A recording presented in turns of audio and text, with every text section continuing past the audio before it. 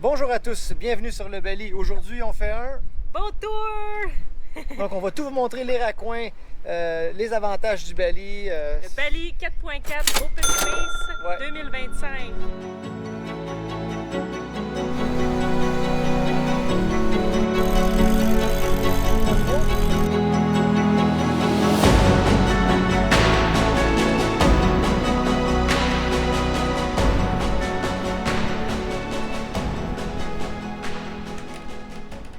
C'est possible d'avoir le catamaran en version propriétaire, comme celui-ci. Version propriétaire, ça veut dire qu'il y a une grande cabine d'un côté et dans l'autre flotteur, c'est 2 cabines. Donc 3 total. Pour vrai, j'ai rien à dire. La grandeur des cabines, c'est vraiment super bien. Il y a beaucoup de rangements. Les propriétaires ont pris l'option avec les matelas améliorés. Puis honnêtement, on a très bien dormi. On a tous aimé les matelas. C'est vraiment confortable pour des matelas de bateau. C'est top. Chaque cabine a sa salle de bain avec douche séparée. C'est l'idéal, séparé. Parce que quand tu prends ta douche, ben, tu mouilles pas tout. Donc c'était du gros luxe pour nous parce que nous, on n'a jamais eu la douche séparée dans nos bateaux. Mais ça change tout là, parce que tu mouilles pas l'évier et la toilette à chaque fois. La cabine de la pointe avant, le lit est juste plus haut. Mais sinon, les grandeurs sont pareilles. La cabine est de la même grandeur aussi. Les matelas sont identiques. Le rangement sous le lit ici est encore plus grand, évidemment. Donc, c'est beaucoup d'espace pour vrai. Il y en a de l'espace de storage. Pour les toilettes, les propriétaires ont opté pour les toilettes électriques. Donc, nous, les toilettes électriques qu'on connaissait, c'était une roulette que tu tournais comme ça, puis ça faisait super fort. Les versions 2025, c'est seulement un piton. Tu as le choix entre Eco Flush ou Normal Flush. Puis, c'est ça, tu appuies sur le bouton, puis tout se fait tout seul. Là.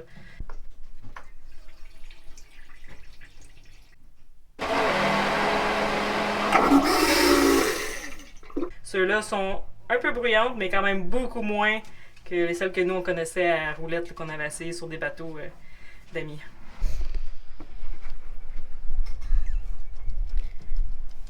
Donc là, je suis présentement dans la cabine Skipper. Donc si jamais le bateau il fait du charter, ça peut être la cabine où le capitaine ou le skipper dort. C'est les mêmes matelas, c'est super confortable pour vrai. C'est plus étroit, mais c'est quand même bien. Il y a même une fenêtre pour avoir de l'air et le petit ventilateur. Et une prise pour charger son cellulaire. Ou... Ah, 2 prises USB aussi.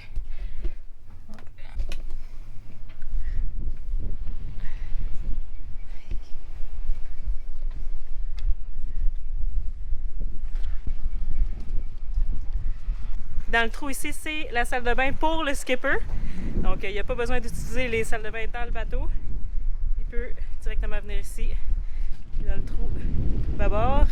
Sa cabine est dans le trou tribord.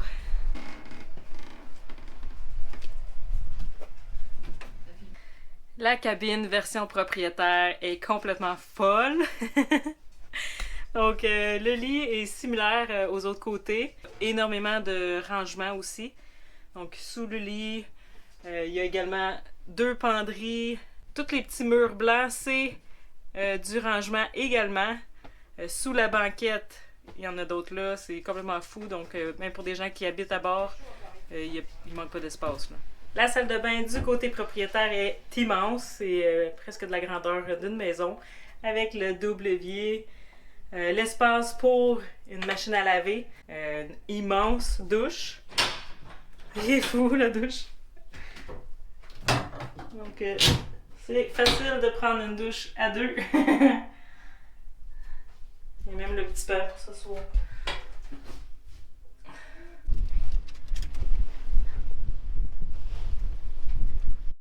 Ici, ben, c'est là qu'on prenait ou presque tous nos apéros le soir en navigation. C'était magnifique. À 6, ben, il y a de la place amplement. Puis ils ont reçu des amis. On était 10 total en haut avec l'apéro, les charcuteries et tout. Puis personne ne s'est pilé ses pieds. On peut se faire bronzer derrière. Regardez-moi ça, le beau bain de soleil. Véronique, elle peut s'allonger complètement. Ça, c'est vraiment cool. Bon, c'est ici qu'on a une meilleure brise pour le vent parce qu'on est en hauteur. On voit très bien en avant.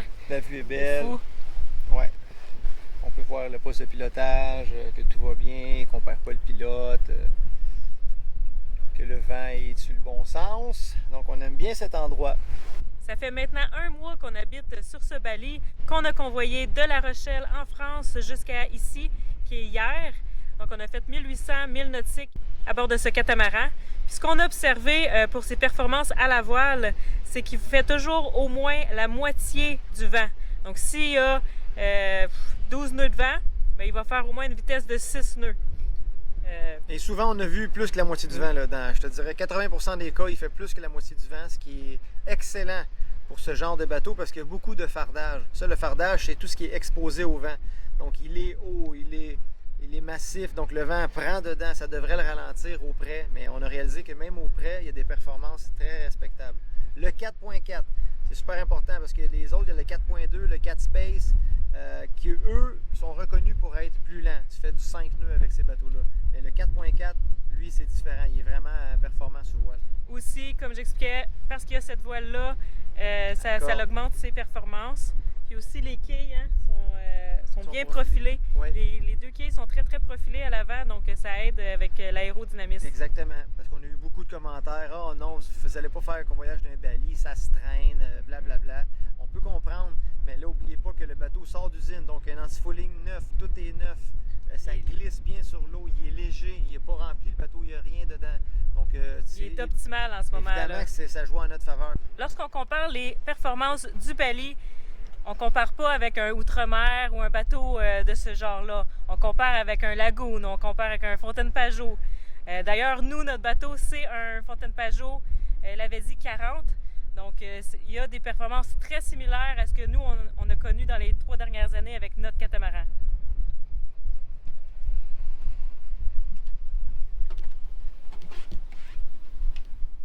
Le poste de pilotage est complètement fermé si vous le voulez. Ou vous pouvez remonter les bâches aussi pour mieux voir. Fait que ça, c'est génial en cas de mauvaise température. Sinon, un autre truc qu'on aime bien, c'est que tout est ramené ici. Donc, toutes les ris, la drisse de grande voile peut être mis sur le winch électrique. Donc, ça, c'est une option, par exemple. Le winch électrique est en option, mais c'est vraiment génial de tout pouvoir faire d'ici. Avoir au moins un winch électrique dans le bateau, je trouve que c'est bien parce que par exemple, quand on a monté Marc au mât, ben, c'est beaucoup plus facile.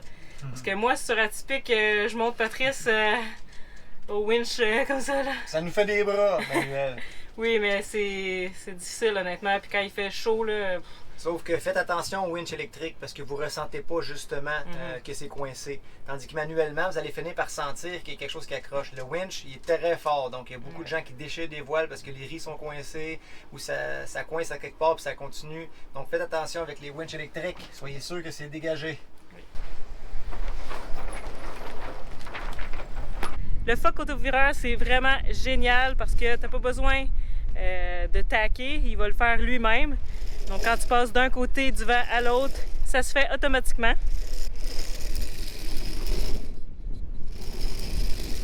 La voile change de côté elle-même sans accrocher nulle part. Dans le fond, tu as juste une écoute. Nous, sur Atypique, on a 2 écoutes pour le génois qui vont bâbord puis bord. Mais sur le Bali, c'est un Foc autovireur, donc c'est seulement une écoute. Et puis, ben, ça peut s'en aller d'un côté à l'autre facilement. La grande voile, en option, les propriétaires ont choisi la voile à cornes. Donc, elle est plat au sommet, ce qui permet d'avoir une plus grande superficie de voile sans augmenter la hauteur de ton mât. Donc, il est plus performant à cause de ça. La grande voile a également 3 ris qui se prennent du cockpit et qui sont beaucoup plus faciles à installer que sur notre bateau. J'ai vraiment aimé la configuration des ris. C'est des ris automatiques. Ça veut dire que tu n'as pas besoin de prendre ton riz de derrière et ton riz de devant. C'est que le riz passe dans la voile complètement, dans les 2 œillets, dans la bombe, puis ça ramène tout au poste de pilotage. Donc tu tires sur une écoute, puis tout se sert en même temps. Puis comme Véronique disait, bien, la bombe, nous, on a juste une écoute de bombe. Donc ça nous prend un frein de bombe supplémentaire pour pas que la voile elle empanner. Mais celle-là, elle fait office de frein de bombe, parce que s'il y a une allure de vent qui arrive tribord, donc c'est celle-là qui va avoir la tension. Puis l'autre côté, on va bien la serrer aussi, comme ça, s'il arrive quoi que ce soit, la voile ne pourra pas changer de côté. Donc dans les deux cas, ça fait office de frein de bombe. Vraiment, c'est super génial parce qu'on était capable de vraiment tirer sur la voile avec celui-là pour vraiment donner une belle shape et gagner de la vitesse. Donc on a adoré ça, ces écoutes de bombe. Les panneaux solaires, c'est en option. La seule option qui offre, c'est 2 panneaux solaires flexibles de 400 watts. Honnêtement, c'est pas suffisant pour un bateau de cette taille. Ils ont aussi l'option pour un générateur, mais le générateur, il coûte 30 000 $ de plus. Donc, nous, il n'y en a pas à bord de celui-ci, mais c'est une option possible. Je pense que le mieux dans ce cas-là, c'est de faire ton propre rack à panneaux solaires, puis mettre la quantité de panneaux solaires que toi, tu désires avoir. Parce que 400, ça fait pas beaucoup. Donc vous voyez que le devant est tout épuré, tout est caché, il n'y a rien. Donc quand tu veux mettre l'angle, tu lèves le coussin, tu lèves le compartiment, puis là tu as accès au mouillage. Regardez-moi ça comment c'est propre. La chaîne, c'est très profond, donc ça ne s'accumule pas en haut. Nous, il faut tasser la chaîne parce qu'on n'a pas assez de profondeur. Un point négatif qu'on a trouvé, par exemple, c'est qu'il y a seulement un vérin. Donc, d'en avoir mis 2, honnêtement, ça serait pas trop parce qu'avec le poids du coussin, j'ai toujours un peu peur qu'il me ferme dessus. Ouais. Puis le fait qu'il y en a juste un, si jamais il est défectueux, ben vraiment, ça va fermer dessus quand tu es en train de fouiller ou détacher l'ancre. Il y a du rangement sur ce bateau-là, c'est incroyable. À chaque fois, tu ouvres un coffre, puis tu peux mettre plein de trucs là-dedans. Lui, il est énorme. Il y en a partout. Donc, il y a vraiment une belle espace à l'avant pour soit faire du sport, faire du yoga, s'installer, prendre l'apéro. Puis vu que tu es à l'avant du bateau, tu as toujours la brise quand tu es à l'ancre. Donc, c'est vraiment bien. Tout le vent, aération passe comme ça à l'ancre. Donc, c'est super de venir s'asseoir ici. Puis souvent, quand tu as le soleil à l'arrière, tu as l'ombre ici, donc vice-versa. Tu as toujours un espace ombragé pour t'asseoir. Il y a un immense coffre là. Nous, on l'utilisait pour ranger les pare-battages. C'est immense! Donc, tu n'as pas besoin que tes pare-battages traînent partout. Ils ont leur place. Tout à sa place, en fait, sur le catamaran. C'est ça que j'aime. Puis tu vois, ce coffre-là, ils ont mis chacun un vérin. Donc, c'est ce que je ferais sur les autres coffres aussi.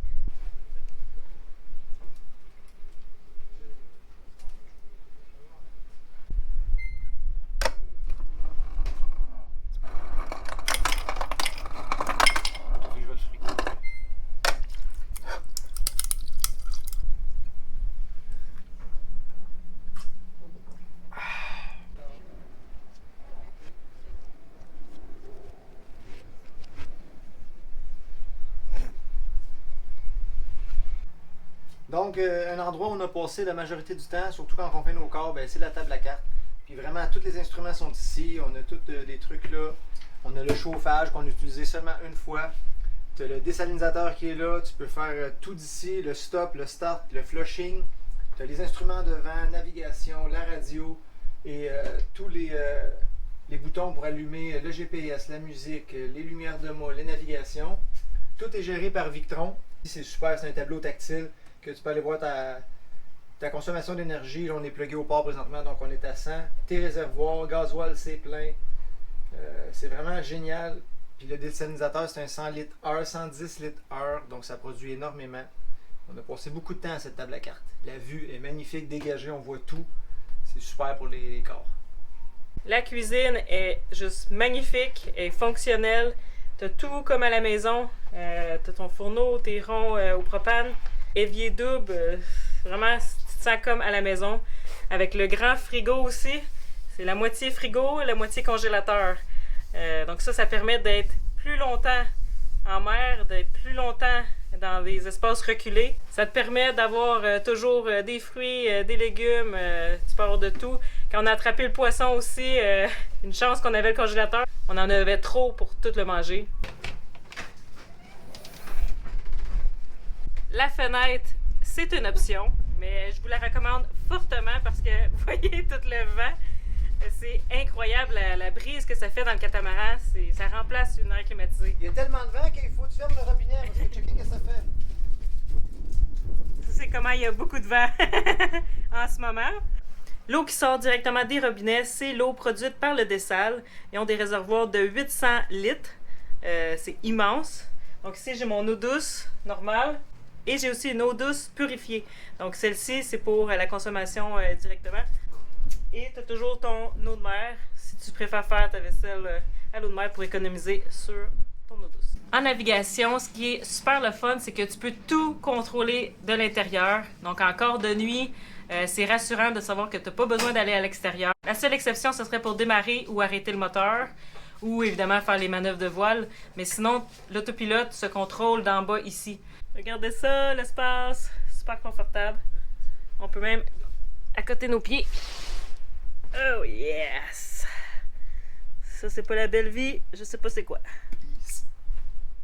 Bien évidemment, on peut pas parler du Bali sans mentionner la porte qui donne accès sur le monde. On a l'impression d'être à l'extérieur, mais on est protégé du soleil, on est à l'abri, donc c'est super. OK. Génial. Magnifique.